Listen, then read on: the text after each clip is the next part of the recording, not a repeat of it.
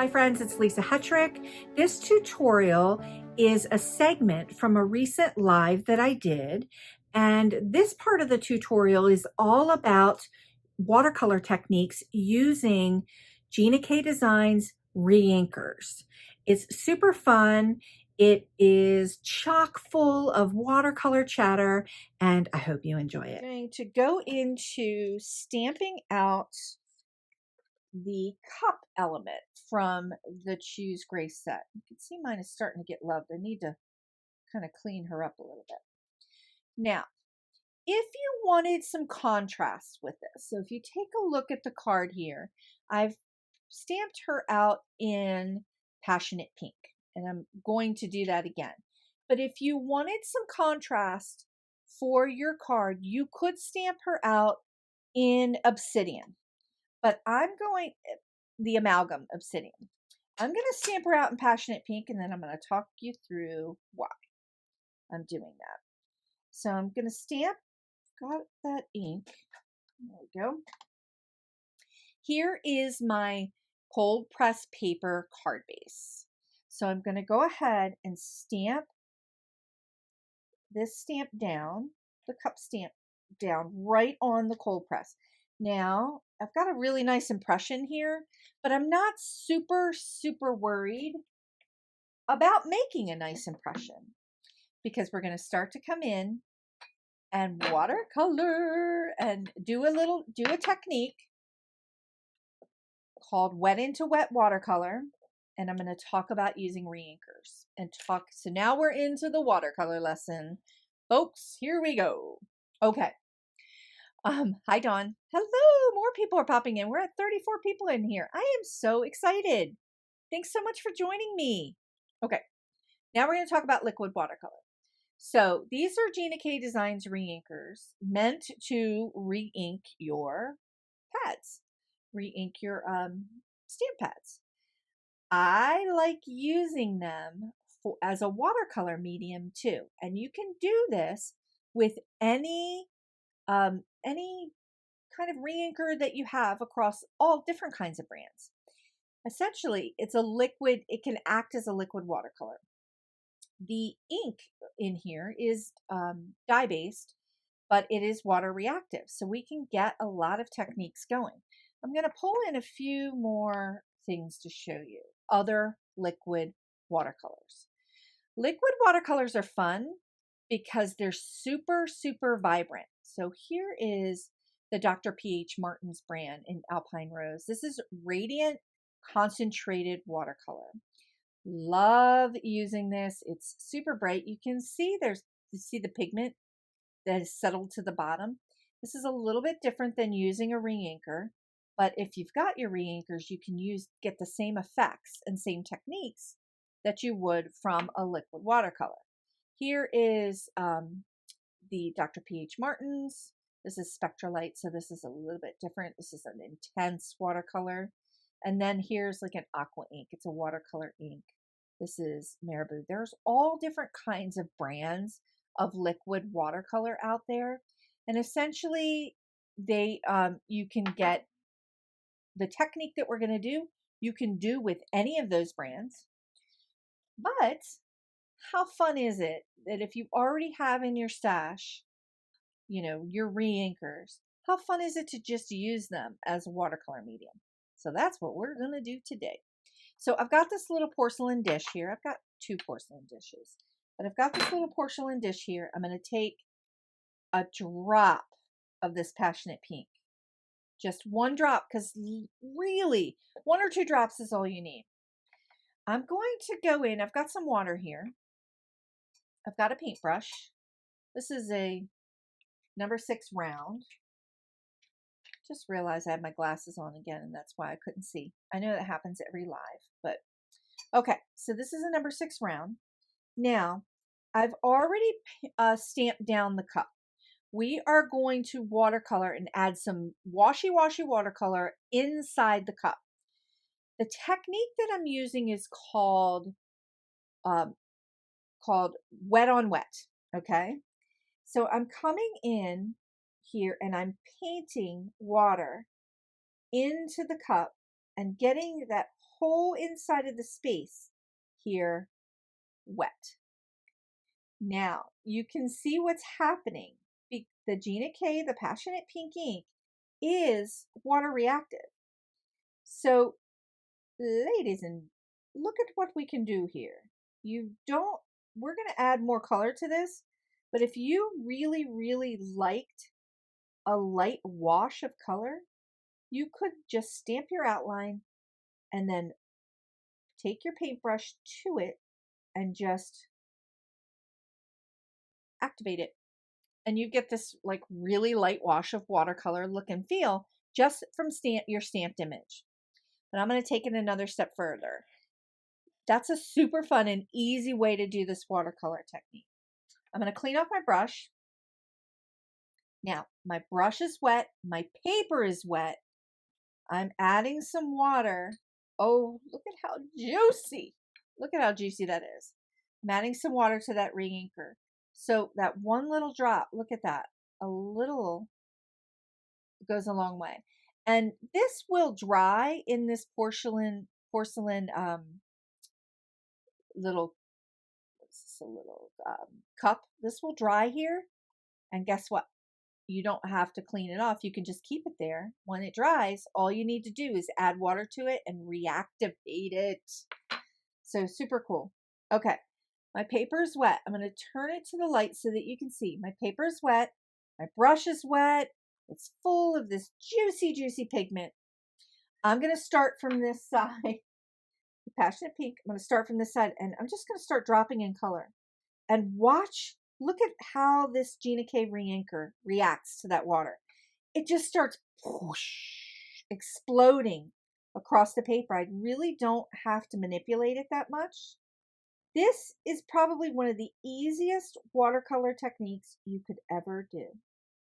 You basically just let the water and the ink do its thing. I'm just gonna coax this a little bit over. I'm really digging this, like a little bit of the white coming through with the paper. But I'm going to get some more, clean off my brush, get some more of this Reinker, and I'm gonna drop another drop right here. So I'm basically just adding a lot of layers over to the right side of this cup while everything is wet. So you can start to see that intensity of the color. This is super intense, and you can see that I did not use much. I'm going to kind of coax that across a little bit with the water. Now remember, watercolor will only go where the water is. Okay, so see how it's only moving? I'm moving it around back and forth, but right there where the water is. Dawn just asked a question.